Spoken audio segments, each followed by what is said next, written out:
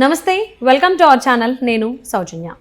జగన్మోహన్ రెడ్డికి కృష్ణా జిల్లా నుండి షాకులు తగులుతున్నాయంట. సో అందులోనూ మైలవరం నుంచి అయితే ఇంకెక్కువ తగులుతున్నాయి అంటున్నారు. మరి ఎవరిస్తున్నారు ఏంటి? ఈ అంశానికి సంబంధించి మనతో మాట్లాడడానికి, వారి విశ్లేషణ మనతో పంచుకోవడానికి ఈరోజు మనతో పాటు ఉన్నారు సీనియర్ జర్నలిస్ట్ దుర్గా కుమార్ గారు ఉన్నారు. వారితో మాట్లాడతాం. నమస్తే అండి. నమస్తే అమ్మ సౌజన్య, మన వీక్షకులు కూడా నమస్కారం. కృష్ణా జిల్లా నుంచి ముఖ్యంగా మైలవరం నుంచి జగన్మోహన్ రెడ్డికి షాకులు తగులుతున్నాయని చెప్పేసి వార్తలు వినిపిస్తున్నాయి. సో అది కూడా ఈయన వసంత కృష్ణ ప్రసాద్ గారు షాక్ ఇస్తున్నారు అని అంటున్నారు. ఇందుకు ఆయన ఇచ్చినటువంటి షాక్ ఏంటి, అసలు దానికి జగన్మోహన్ రెడ్డికి ఎందుకు బెదురుతున్నారు, అసలు ఏమవుతుంది? ఇది ఒక కృష్ణా జిల్లా అని లేదమ్మా సౌజన్య.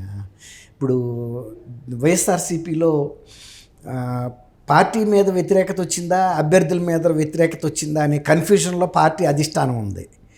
పార్టీ అభ్యర్థులకు ఒక క్లారిటీ ఉంది, మా మీద రాలేదు, పార్టీ విధానాల మీద, ప్రభుత్వ పరిపాలన మీద, ముఖ్యమంత్రి గారి మీద వచ్చిందని వాళ్ళు అంటున్నారు. పార్టీ అధిష్టానం ఎప్పుడు కూడా తను తప్పు తను చెప్పుకోదు కదమ్మా, ఎవరినన్నా బలిపశువుని చేస్తుంది పార్టీ అనేది.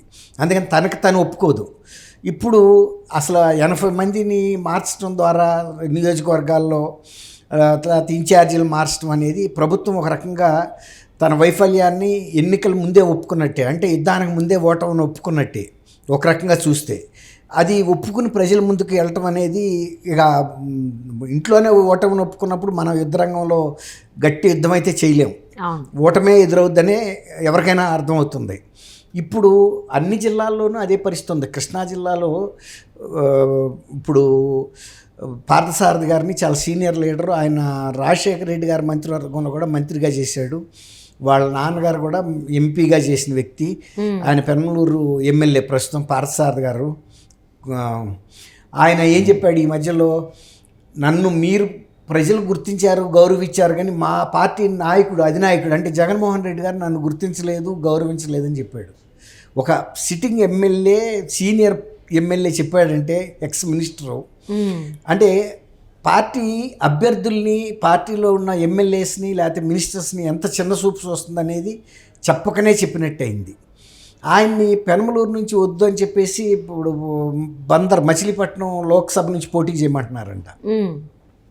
ఆయనకి లోక్సభ నుంచి పోటీ చేయడం ఇష్టం లేదు. ఆయనకి పెనమలూరు, కంకిపాడు ఈ ప్రాంతంలో మొదటి నుంచి బాగా హోల్డ్ ఉన్న మనిషి. అక్కడే ఆయన రాజకీయ ప్రస్థానం అంతా సాగింది. ఇప్పుడు పెద్దగా మళ్ళీ వెళ్ళి లోక్సభలో పోటీ చేయాలంటే డబ్బు కూడా, విపరీతమైన డబ్బు కావాలి. అన్ని నియోజకవర్గాల్లో రకరకాల సామాజిక వర్గాలు ఉంటాయి, వాటి ప్రాబల్యం కూడా ఉంటుంది. వీటన్నిటిని ఇప్పుడు ఈక్వేషన్ వేసుకునే టైం ఆయనకి లేదు. కాబట్టి ఉండ నియోజకవర్గం ఇస్తే గౌరవంగా ఆయన పోటీ చేసేవాడు. కానీ ఆయనది కూడా అనుమానంలో పడిపోయింది. ఇప్పుడు మీరు అన్నట్టు సరే, గన్నవరం వంశీది కూడా, వల్లభనేని వంశీది అది అనుమానంగా అని చెప్తున్నారు. అంటే ఆయన తెలుగుదేశం నుంచి వెళ్ళాడు కాబట్టి అంత రైట్గా అడిగే పరిస్థితి ఆయనకి ఉండదు. ఆయన్ని బ్యాంక్ అయ్యి నమ్మి ఇచ్చే పరిస్థితి వైఎస్ఆర్సీపీకి కూడా ఉండదు. కాబట్టి అది కొంతవరకు పర్వాలేదు. ఇప్పుడు మైలవరంకి వచ్చేటప్పుడు వసంత కృష్ణ ప్రసాద్ గారు, ఈయన వసంత కృష్ణ ప్రసాద్ గారు రాజకీయ బ్యాక్గ్రౌండ్ నుంచి వచ్చిన కుటుంబం ఆయన. వాళ్ళ నాన్నగారు యూత్ కాంగ్రెస్ కార్యకర్తగా ఆయన కెరీర్ మొదలుపెట్టాడు. దాదాపు ఒక 50-60 ఏళ్ళ ఇది ఉంది ఆయనకు అనుభవం ఒక కాంగ్రెస్ పార్టీలో. తర్వాత టీడీపీలో కూడా హోంమంత్రిగా చేశారు. ఈయన ఎన్టీ రామారావు గారు మొదటి క్యాబినెట్లోనే హోంమంత్రిగా చేశాడు. అట్లా అగ్రికల్చర్ మినిస్టర్గా చాలా మంచి మంచి పోర్ట్ఫోలియో చేశాడు. తర్వాత ఆప్కాప్ చైర్మన్గా చేశారు, రాష్ట్ర స్థాయిలో కోఆపరేటివ్ బ్యాంక్కి చైర్మన్గా. అట్లా అదే క్యాబినెట్ ర్యాంక్ ఆయనకి. వాళ్ళది యాక్చువల్గా నందిగాం నియోజకవర్గం, వసంత నాగేశ్వరరావు గారిది కానీ కృష్ణప్రసాద్ది కానీ. అయితే అది రిజర్వ్డ్ నియోజకవర్గం అవడంతో కిందటి ఎలక్షన్స్కి 2014 ఎలక్షన్ అప్పుడు కూడా వసంత కృష్ణప్రసాద్ గారికి తెలుగుదేశం పార్టీ ఎక్కడ సీట్ కావాలంటే అక్కడ ఇస్తానికి ఆఫర్ ఇచ్చింది. ఎందుకంటే వాళ్ళ కుటుంబానికి తెలుగుదేశం పార్టీతో మొదటి నుంచి అనుబంధం ఉంది. అంటే 82లో రామారావు గారు పెట్టినప్పుడే వాళ్ళ నాన్నగారు పార్టీలో చేరాడు. కాబట్టి ఆయనకి అందరితో కూడా, ఆయన పార్టీల తర్వాత మారినా ఏది చేసినా ఆయనకి వ్యక్తిగత పరిచయాలు, ఆయన అంటే గౌరవం తెలుగుదేశంలో ఉంది. కాబట్టి ఆఫర్ ఇస్తే అప్పుడు ఆయన సందిగ్ధంలో పడ్డాడు, ఎదురు తీసుకోవటమా ఇది తీసుకోవటమా. చంద్రబాబు నాయుడు గారి కన్నా ఈయనతో కొంచెం ఏంటంటే, ఇప్పుడు వసంత కృష్ణ ప్రసాద్ గారు వచ్చిన తర్వాత ఆయన రియల్ ఎస్టేట్, వసంత ఎస్టేట్స్ అని పెద్ద రియల్ ఎస్టేట్ బిజినెస్ చేస్తాడు హైదరాబాద్లో ఆయన. ఓకే. ఆయనకి వైవి సుబ్బారెడ్డి గారితోనూ జగన్మోహన్ రెడ్డి గారితో కూడా ఈ వ్యాపార సంబంధాలు ఉన్నాయి. ఓకే. దాని మూలాన కొంచెం ఆలోచించుకుని ఈ లేటెస్ట్గా ఈ వ్యాపార సంబంధాలు డెవలప్ అయినాయి కాబట్టి వైఎస్ఆర్సీపీలో ఉండటమే బెటర్ అనుకుని ఆయన వైఎస్ఆర్సీపీ వైపే మొగ్గు చూపాడు. మొగ్గు చూపినందుకు సీట్ ఇచ్చారు మైలవరంలో. ఒకసారి ఓడిపోయాడు ఆయన దేవినేని ఉమా గారి మీద. ఆయనకు పట్టుదల పెరిగింది. ఓకే. దేవినేని ఉమాని నేను కూడా ఓడించాలి, నన్ను ఆయన ఓడించాడు కాబట్టి. అది చాలా ప్రిస్టేజ్ అనమాట. ఒక ఫ్యామిలీ పోటీ లాంటిది వచ్చింది ఇద్దరి మధ్యలో. ఎట్టి పరిస్థితుల్లోనూ నేను ఆయన ఒకసారైనా ఓడించాలి రాజకీయాల్లో, అంతే జయం. ఆయనకి ఇంకా వేరే జయం లేదు. ఇక ఒకసారి ఓడించేసాడు అనుకోండి, రాజకీయాల్లో ఉన్నా లేకపోయినా పెద్ద పట్టించుకోడు. ఎందుకంటే ఆయనకి స్పిన్నింగ్ మిల్స్ అవి ఇవి చాలా బిజినెస్లు ఉన్నాయి, ఏది రియల్ ఎస్టేట్ కాకుండా కూడా. అట్లా రకరకాల బిజినెస్లు ఉన్నాయి. ఆర్థికంగా బాగా పరిపుష్టమైన ఫ్యామిలీ అది. అట్లా దాని మూలన ఏమైందంటే రెండోసారి సీట్ ఇచ్చినప్పుడు ఉమా గారిని విజయవంతంగా ఓడించాడు. ఆయన ఇది ఫుల్ఫిల్ అయింది. అయిన తర్వాత ఏమైందంటే ఆ నియోజకవర్గంలో అసలు యాక్చువల్గా ఈయన మొకటం లేని మహారాజు లాగా ఉండాలి కదా. కానీ ఈయనకి పోటీగా పెడన ఎక్స్ఎమ్మెల్యే మినిస్టర్గా కూడా చేశాడు. ఆయన్ని ఈ నియోజకవర్గంలో పోటీగా ఈయనకి ప్యారలల్గా పెట్టారు. పెట్టేటప్పటికి కొంత ఈయన ఆయనతో ఇబ్బంది పడ్డాడు. ఇప్పుడు ఇక్కడ ఒక పోటీ ఏర్పడింది. ఆ పోటీతో దీనికి ఒక తలనొప్పిగా అయ్యి మాటికి ఇష్యూ ముఖ్యమంత్రి గారి దృష్టికి కూడా వెళ్ళినా కూడా పంచాయతీలు ఎన్ని పెట్టినా కూడా ఆయన మొన్న చంద్రబాబు నాయుడు గారి ఇంటి మీద కూడా వెళ్ళాడమ్మా. ఇది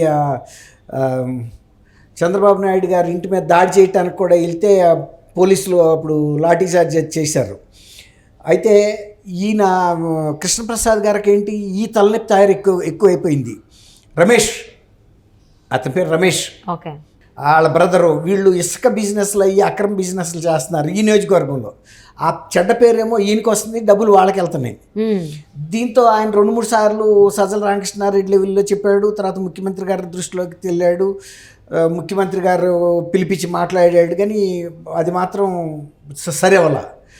ఈ పరిస్థితుల్లో అసలు ఇప్పుడు ఈయనకి కూడా టికెట్ ఇవ్వరేమోననే ఒక అనుమానం వ్యక్తం అవుతుంది పార్టీ వర్గాల్లో. అది వసంత కృష్ణప్రసాద్ గారు లాంటి వ్యక్తికి అది అవమానకరమైన విషయం. పార్టీలో ఎమ్మెల్యేగా చేసి అసలు ఆయనకి మినిస్టర్ కూడా ఇస్తారని అనుకున్నారు, మినిస్టర్ ఇవ్వాల, కానీ ఈ రమేష్కి ఇచ్చారు. అట్లా అనమాట. ఆయన సామాజిక వర్గానికి చెందిన వాళ్ళు మైలవరంలో కొంత సైజబుల్ నెంబర్ ఉన్నారు పాపులేషను. వాళ్ళ ద్వారా కొంత ఇక్కడ ఈయనకి చికాకు పెడతాం చేశారు.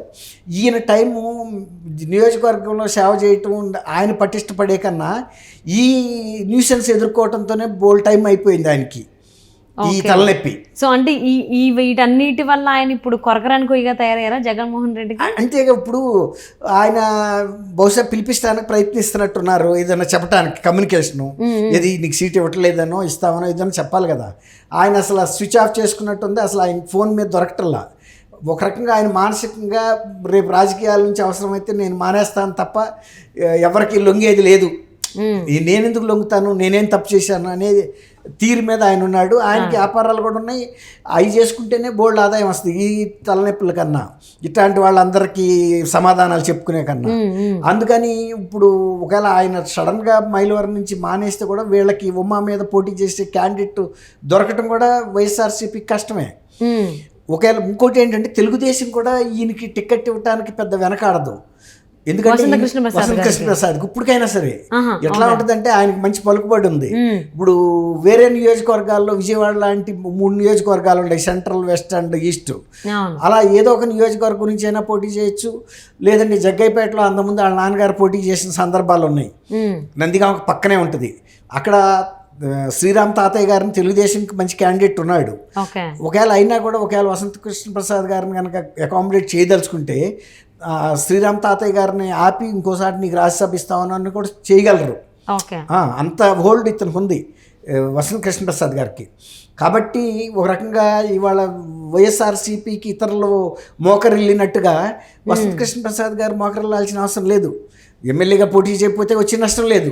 ఒకవేళ ఆయన వెళ్ళి అడిగితే టీడీపీ కాదనే సమస్య రాదు.